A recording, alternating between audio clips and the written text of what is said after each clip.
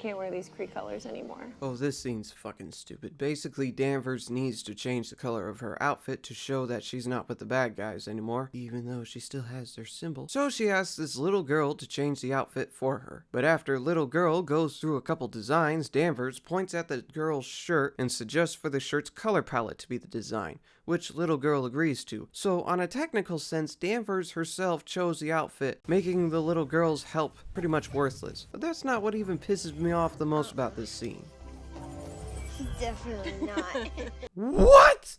Man, that is the most beautiful super suit I have ever seen. Now, to be frank, I don't think Captain Marvel is as bad as many people say, in that it is not an absolute abhorrent dumpster fire that deserves to be ejected into a black hole. I just consider it a dumpster fire. One reason I say that is because there were rare moments of Nick Fury doing Nick Fury-like stuff, like using tape to surpass a DNA lock. Though I don't understand why he felt obligated to do that in a waiting room, since the facility didn't turn on them until after that one Skrull arrived.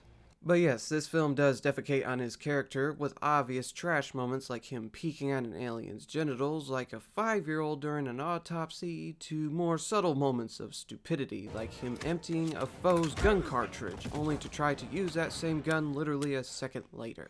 But it's the scenes with Goose the cat where Fury is at his absolute worst. Not because he's a tough guy who thinks a kitty is adorable. Everybody has a soft spot. But because he turns into a complete idiot every time Goose is around. Like getting distracted from a mission, to hoping Goose will automatically solve their problems, to woohoo!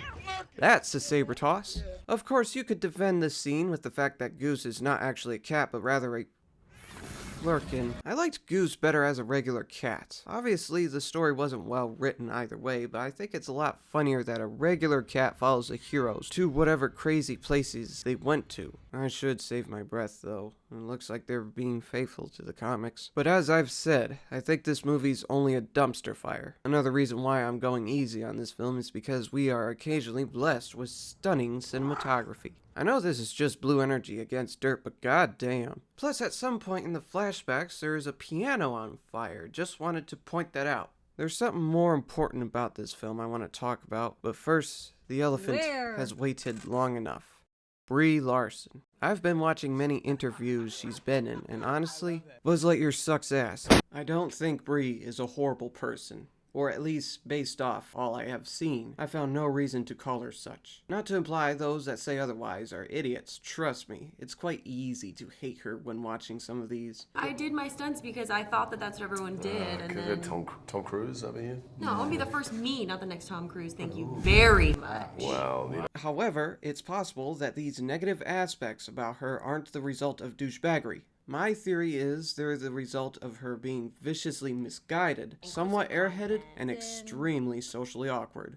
For example, her snapping at Thor over Tom Cruise is her trying to be snarky, not knowing when she's pushing the attitude too far. That does happen. In fact, that happened to me a lot when I was a little toddler. I once tried to befriend some edgy teenagers by drawing one of them being hung. Now, I'm not a Larson ass kisser. In fact, I was ready to verbally rip her a new one when I scripted this video, but when I did some research on her, I discovered things that made me reconsider doing so. What ultimately made me stick with this hot take is the fact that she actually didn't delete the comment section of her first YouTube video, in spite of mostly referencing the Critical Drinker's negative commentary on said video. And if Brie is as horrible as many people perceive her to be, then that is fucking insane.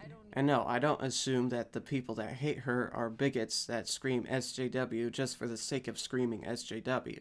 I mean, I'm sure there may be 1 or 2 persons that do that, but I think the reason she's not well liked is because of the unfortunate combination of her social awkwardness, the fact that the character she plays is a nasty character, her occasional speak before think tweets, and the unfortunate implications of what she says in speeches. I do not need a 40-year-old white dude to tell me what didn't work for him about A Wrinkle in Time.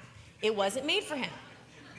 I want to know what that film meant to women of color, to biracial women, to teen women of color, to teens that are biracial. Oh, Jesus, pumpkin cheese. It's okay, look, everyone has the right to critique anything, even if said anything is made by someone different from them. I mean, I'm a space lizard reviewing human culture. Now, it's obvious she's trying to call out bigots for complaining about characters being a certain race or ethnicity. Unfortunately, the A Wrinkle in Time film was not the best example. The film is based off a book that many folks love. Not me, but that's because I skimmed through it. So if anything, the film should likely be made for them, and fans of the book can be anybody, including a 40-year-old white man. So saying the film is not made for them is rather insulting. Not to say fans of the book automatically don't say stupid things about the movie. I'm sure a couple of them do, but that's another thing. I don't know enough to say when racial swapping is apparently alright and when it's apparently not, but I don't think anybody gave a shit about A Wrinkle in Time's main character's race. The reason why people are hating on the film is because, and this will surprise you, it's garbage. Have seen it in theaters. People who love the book hate the movie. It's garbage.